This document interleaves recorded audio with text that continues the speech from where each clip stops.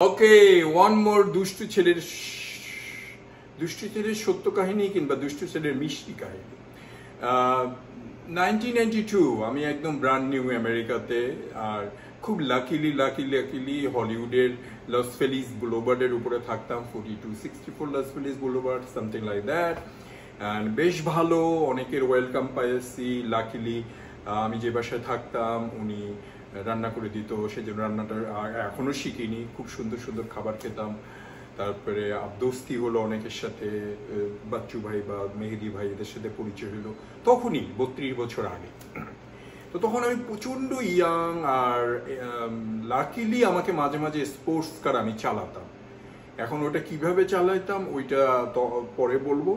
কিন্তু আমি একদিন করছি কি, যে স্পোর্টস আমার নিজেরও গাড়ি ছিল, আমার হুন্ডাই ছিল, আবার স্পোর্টস কারও চালাইতাম। তো একদিন খুব ফুটানি, মানে জ্যাকেট ট্যাকেট পরছি, ব্ল্যাক জ্যাকেট ট্যাকেট পইরা হলিউড বুলওয়ার্ডে যাব। তো গাড়ি নিয়ে আমি হলিউড বুলওয়ার্ডে যাচ্ছি।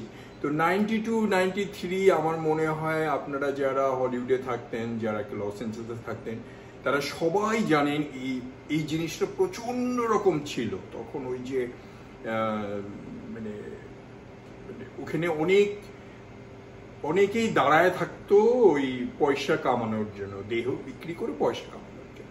তো আমি ওইদিকে যাচ্ছি, তো হলিউড আর এজমন্ডের যে সাইন ওখানে দাঁড় করাইছি, লাল বাতি এই জন্য দাঁড়া করাইছি। তো দেখি একটা বিউটিফুল মেয়ে, খুবই সুন্দর, মানে বিউটিফুল হেয়ার, চিকনা ফিগার, টল আর সুন্দর, শু পরছে, ড্রেস সুন্দর, ওদিকে যাচ্ছে।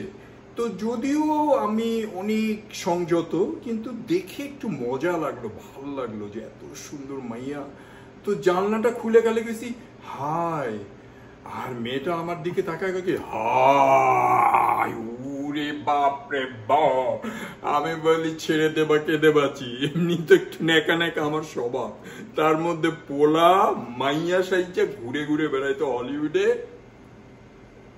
এখন তো এগুলো খুব কমন হয়েছে বাংলাদেশের শরীফা।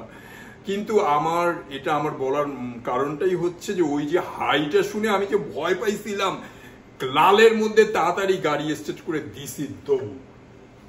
এটা আপনাদের সাথে শেয়ার করলাম। মজা পাইলে পাইলেন, না পাইলে কিছু করার নেই। খাজা মুর্তুজ ফ্রম ক্যালিফোর্নিয়া।